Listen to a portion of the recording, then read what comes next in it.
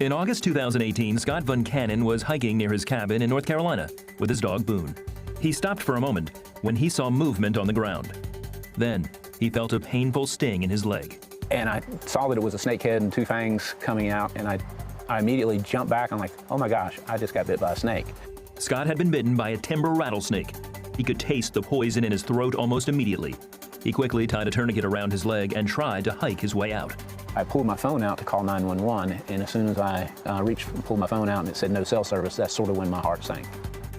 I felt the effects of the venom starting to react to my body, and I was losing equilibrium. My vision was getting more blurred. I was throwing up, going in and out of consciousness. I think I had passed out maybe 2 or 3 times at that point. Scott collapsed on the trail nearly 4 miles from his truck. Meanwhile, his wife Nan was overcome with a terrible feeling as she drove to meet him at their cabin. Every time I would stop, I would call him, and then I started texting him, and then I just had this, honestly, it was just spirit of dread. It was just kind of hovering over me, and my thoughts were just spinning. What if something's happened to him? Nan soon found the trail map at the cabin, then drove to the trail. She located his truck, but there was no sign of Scott. She then drove to a hiking store where she met the fire chief's mother-in-law, and shortly after, a search was underway. All Nan could do now was trust God and pray. She called Christian neighbors and family, and an international prayer chain quickly spread. Meanwhile, Scott lay on the trail praying for rescue. When I began to pray to him and focus on him, I just felt his presence. I felt that he was with me, during this whole ordeal.